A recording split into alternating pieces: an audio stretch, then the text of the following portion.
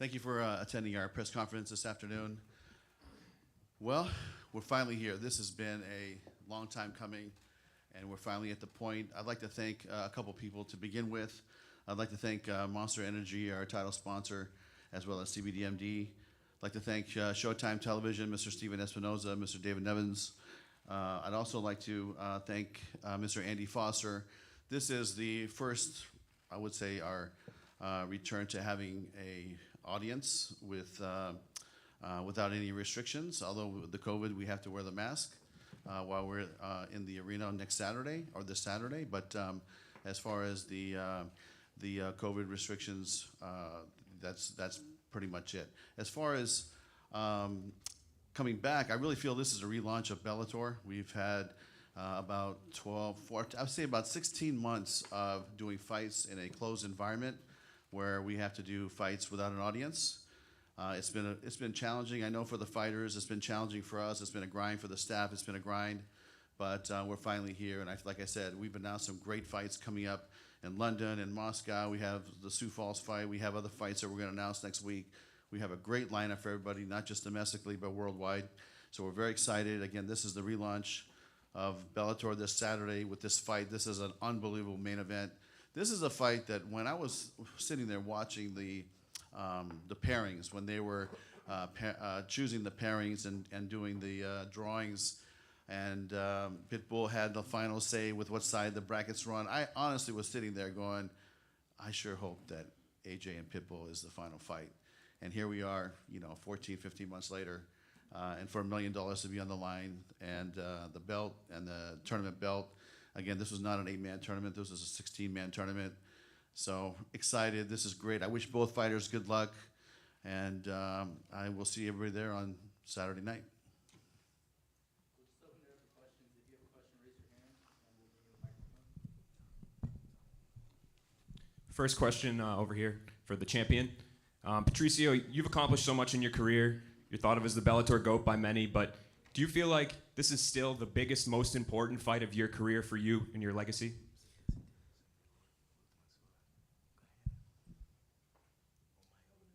It's one of that.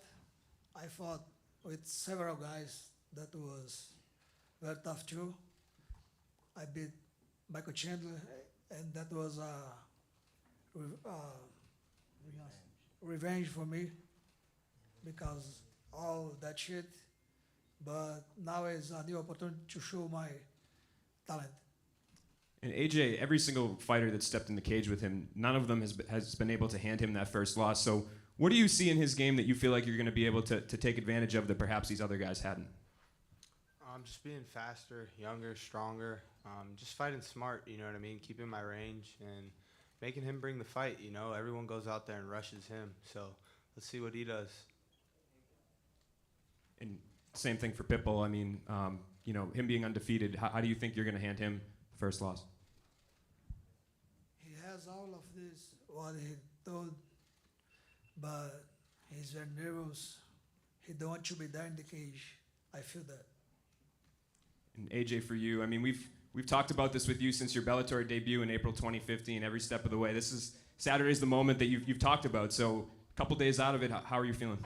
Man, ready. Like I said, it's 22 years in preparation that I've prepared for this moment. All my training my entire life has been built up for this moment. So nerves? Nah. I've been on big stages since I was a kid, wrestling at Reno Worlds in front of thousands of people. So I think he thinks I'm nervous, but I think that's him trying to self-reflect a little bit and push his little self on me. And I think coming into a title fight, usually people think that the champion's the one that has everything to lose. But do you feel like you maybe have as much on the line here with your star potential? And I mean, a lot of people think if you win this fight, it's quite possible that you could go on to be the biggest star in Bellator history. Definitely. There's definitely a lot on the line. Being undefeated, like I said, there's always an extra O. It's not just the 6 in that check I'm fighting for, but that extra O on my record, live up the legacy, continue my father's legacy, be a champ, I look at his poster every day. He's a champ.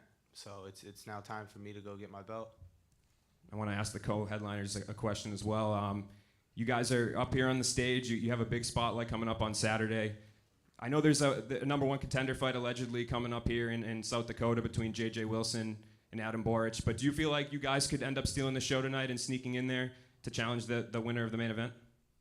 Absolutely. And I'm looking for the winner of that or whoever doesn't come out victorious on Saturday night. This is what I want. Clean out this division and prove that I'm the best. And I have this man to thank that he only made a much more dangerous fighter. For me, my calendar ends on July 31st, so all I have on my mind right now is the fight on Saturday, and after that, we figure stuff out. Question for Scott. Hey, Scott, you just talked a little while ago about how you had hoped that the final would be this matchup that we have. But speaking from one side, from AJ's side, the fact that it's been such a slow burn, his career build, being Bellator homegrown and getting to this point, can you just sort of talk about that plan coming together and how satisfied you are that he's come as far as he has? Yeah, you know what? When I came to Bellator, I said we got to build from the ground up, just like I did in Strikeforce, and we have to buy from the top down, which are the free agents, to keep this machine moving. And I was lucky enough to see. I was actually going to go see Rampage Jackson, and his father was throwing a fight with Rampage, and AJ was the main event that night, and it was an amateur show. And I said, yeah, this kid, he's got some swagger, he's got a certain X factor about him, he's got a good look to him. He spoke well, he's cocky. And I said, you know what, let's sign this guy. And so we started talking to the dad. The dad came into the offices there in LA, and we had probably, I want to say, maybe a 6-hour conversation that day. It was not a short conversation. I clearly remember that. But and all joking aside, I mean, it was the beginning of the being in the AJ McKee business. And so, I think that this is, you have Pitbull, who has been the champ since AJ came here. Think about that. I mean, that's how long he's been reigning and taking care of business. And that's why this fight is going to be so interesting. Question for Pitbull. I saw you post on Instagram, right over here. Snoop Dogg backing a knockout for McKee here in Los Angeles. Do you feel any extra pressure with the stars on you, looking at you here in Los Angeles for this title fight?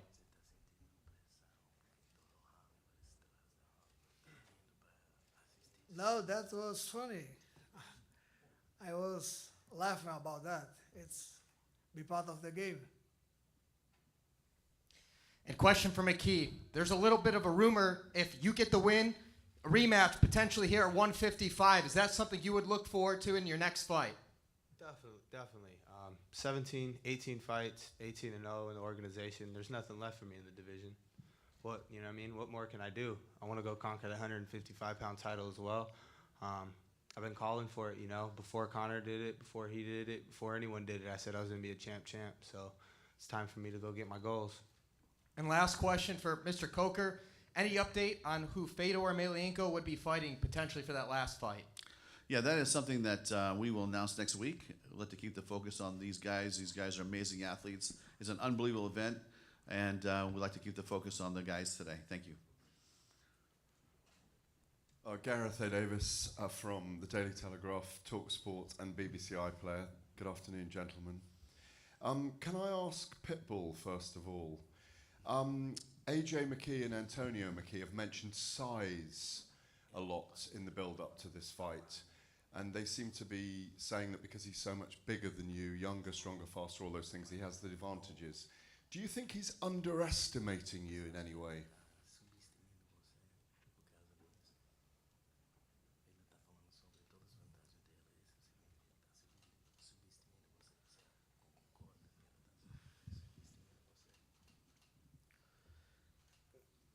Quando seu inimigo está cometendo um erro, não interrompam.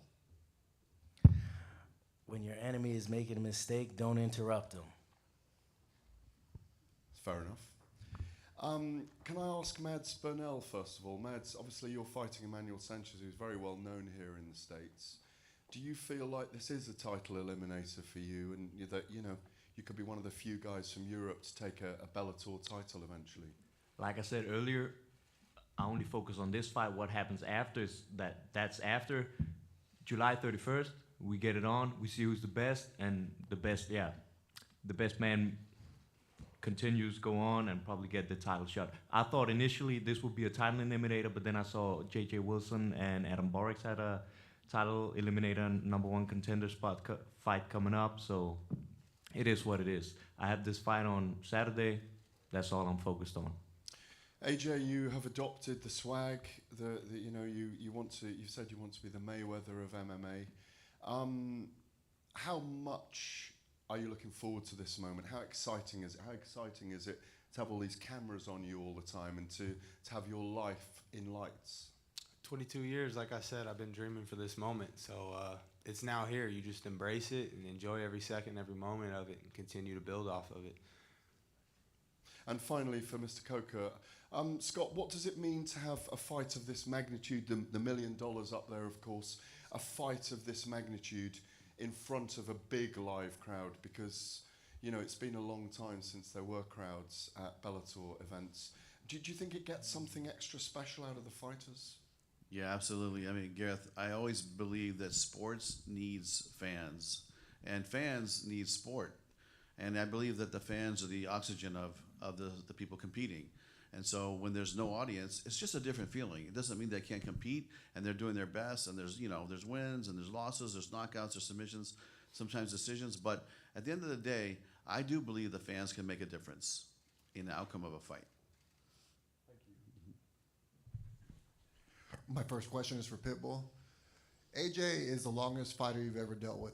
I believe it's an 8-inch reach advantage. How did you prepare for someone that long?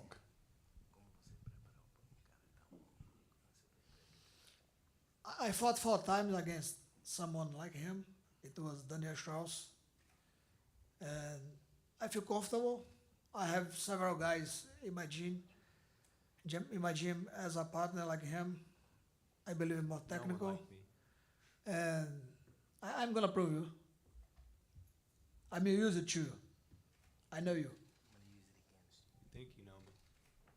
My next question is for AJ. AJ, you know, we've seen you a lot in the Bellator cage. It's the only place you fought professionally. So far, you haven't seen the championship 4th and 5th round. What are you doing to prepare for somebody who's obviously been there already? Get him out of there. It's not going championship rounds. He doesn't want to go championship rounds. I know that. And if it comes down to it, I know I can fight 5-5s like that. You know, the Pat Curran fight was a perfect example. It's 3-5 minutes of just easy work, you know. So to do another 2 rounds like that is bread and butter. Now, Antonio, you and I spoke about, you know, eventually facing Pitbull in this finals. This has kind of been a laid out plan for you and AJ from pretty much the beginning of the tournament to the end. How is it for you to see your son up here in the biggest stage? Well, I don't know. We were either psychic or we got some type of prophecy thing going here, but this has all been written since he was 3, 5. It's happened step by step by step to him writing $1 million check when he was like 10 years old. Like, he couldn't even spell million. His check is laugh. It's funny trying to get that, but it's like we're psychic looking in a ball and we see all this stuff happening, and we just got to make sure that we do the right thing and carry ourselves with respect and pride. You know, just be an upright person and not get crazy and get, you know, like some of the things you've seen other fighters do. We just want to be respected, and we want to be a trendsetter for people who want to do this sport. We want to be the examples, you know, not trash talking and all that stuff. We did that already. We came from a different place. So we choose to do the right thing this time, and I think we're doing a good job at people admiring like how father and son, considering a lot of people don't have fathers. So he's able to train with his dad every day. I don't know what they're going to do that we don't know how to do or know how to stop. I mean, you guys haven't even seen his wrestling. He's been doing jiu-jitsu and punching. He can wrestle his ass off. So if he wants to do this the easy way, go out there, wrestle, take him down, hold him. He ain't going to submit him, so it's just up to him. He's got the IQ when he's out there. He knows what he's doing. I have a lot of confidence in what he's doing, and I believe in him. My last question is for Scott. You know, AJ being from LA, was it important to bring this finals back to Los Angeles? Yeah, I mean, traditionally we have come to LA twice a year, or at least once a year, and the last time we were here was in January of, I think, 20. So it's been a year and a half, and it made a lot of sense. And when it opened up, and I got a call from Andy Foster saying that they're open for business and in a full scale, and California COVID cases were going down. We said, let's go to LA, or we were thinking about San Jose. San Jose didn't have the opportunity for the venue availability at the time. But this fight just made a lot of sense here in LA, and I'm glad we did it because it's the right place to have this fight. Coach Antonio, over here in the back.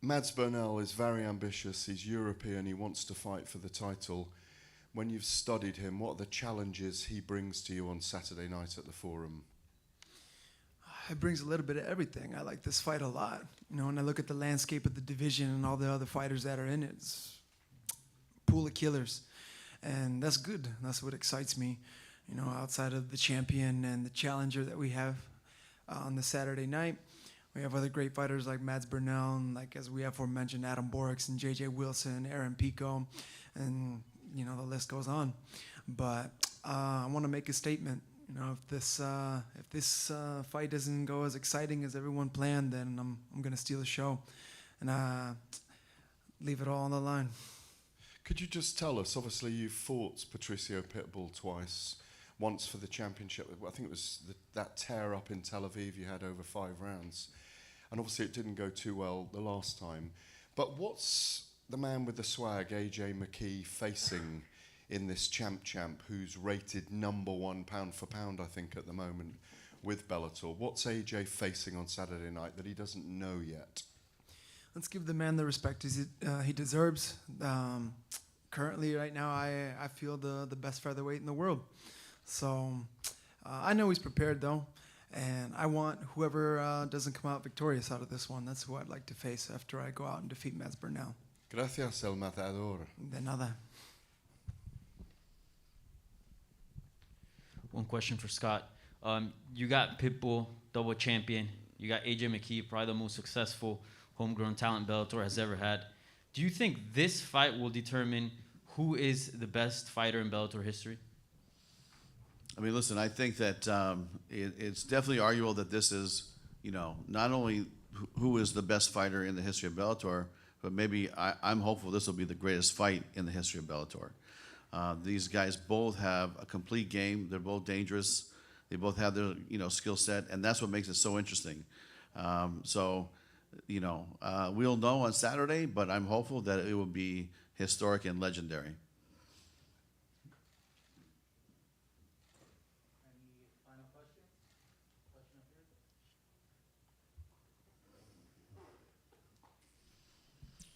My question is for El Matador, Manuel Sanchez. I spoke to someone in your division, and he said, yeah, if I fought that guy, he'd take a year off of my life. So does Mads have to put you away? Is that what kind of fight this is going to be? Yeah, that's how it is. You're going to have to kill me. I mean, what happened in my last time around happened, but if I would have gotten back up and said, all right, let's go again, but that's not the way it works. You know, but that's the type of fighter I am. You know, as Big John McCarthy said, I'm the Terminator. I'm Rambo, I'm Terminator, Liu Kang, Ryu, and I will not stop until they're done and they don't get back up. Yeah, I hear privately that Pitbull and Eric feel quite disrespected by you two in the build-up to this, that the champ isn't get the respect he deserves, and, you know, Antonio, you've been sounding off about them and that they're nothing and that this is the easiest fight for your son. You know, they're keeping their counsel for once. I mean, why aren't you having a go at them today? Well, all I did was state facts. He's younger, he's longer, he's stronger, he's faster. He doesn't have the same miles on him. So how's that? I mean, if you want to talk some shit, I can talk that real good, but I'm trying to be respectful for my son's career. Like, I mean, we can take it to another level if that's what you want to do. 17-1. That sounds good. Look, little guy, calm down. You're going to get your chance Saturday, and we'll talk after this. Interview the winner and the loser. Hey, you know what disrespect was? Ask Pitbull to sign a newspaper just for my legacy to hang up in my wall one day. Disrespect is crossing my picture out. That's disrespect. But, you know, you don't see me talking about it or going, oh, da-da-da-da. Your father Bro, told I'm all going the to break media you. I'm going that to I break am you. on Stop drugs. talking. Your father said that. You remember you said you're going to beat my ass in front of my father? I'm going to beat your ass in front of your wife and kids. How about that? You want to talk disrespect? We can be disrespectful. Who is disrespectful now the disrespect's out. Cat's out the bag now. How about that? And I'm going to beat you in front of your father. Yeah. And he'll do nothing. We can make a family about affair that. ass whooping too. Your father, like you said, your brother's you're number gonna one do rank. nothing. I'll whoop him too. It don't matter. I'll beat up your whole team. Respect my son and my family. If you want to start it now, let's go. What? You started? What's up? What's up? What's up? All right, this is great. You started it. You and your father. No, bro. Your father told everyone I'm on drugs. Fuck you, man. Yeah. Don't talk about my son. No one's talking about. Don't talk about my father. You gonna say you gonna whoop Your my father ass? talks shit about You gonna me. whoop my ass in front of my father? Your I'll father whoop your talks shit ass in about front me. of He your knows family that. too. And I'll be Whatever, example. bro. Fuck you too. Yeah, fuck you too, bro. You already know this. Coming home with me, baby. Fuck out, motherfucker. Don't touch it. Don't touch it. Saturday, baby. Saturday, baby. 31st. This is my new one. Yeah. Fuck you. You don't deserve it. Fuck you. You don't deserve it. Hey, you want to put some money on it? Put my son. Put 100 grand on it. You want to put some money on it? Put 100 grand on it. Put 100 grand on it. I'm professional. And your father talks shit about me. Bro. That I'm on drugs. And now you're gonna talk about my son. Nah, bro. And my life. Fuck you. You gonna say you gonna whoop my ass in front of my dad? Tell Fuck him you. whoop your ass in front of Want your you to be family. professional? You're not Whatever. professional. No, exactly. I'm a real fight. You keep it Let's professional. do it now. I'm a real What's man. up, bro? It's I'm nothing. mad and fuck everything. Yeah. You don't see, I'm knock you out. I'm going to knock you All out. that talk. Any more questions? Yeah, buddy.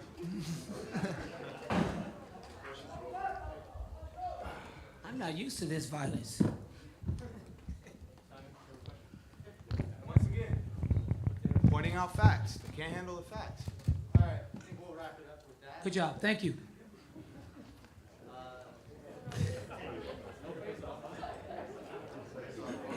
Well, Mads, let's do our face-off here.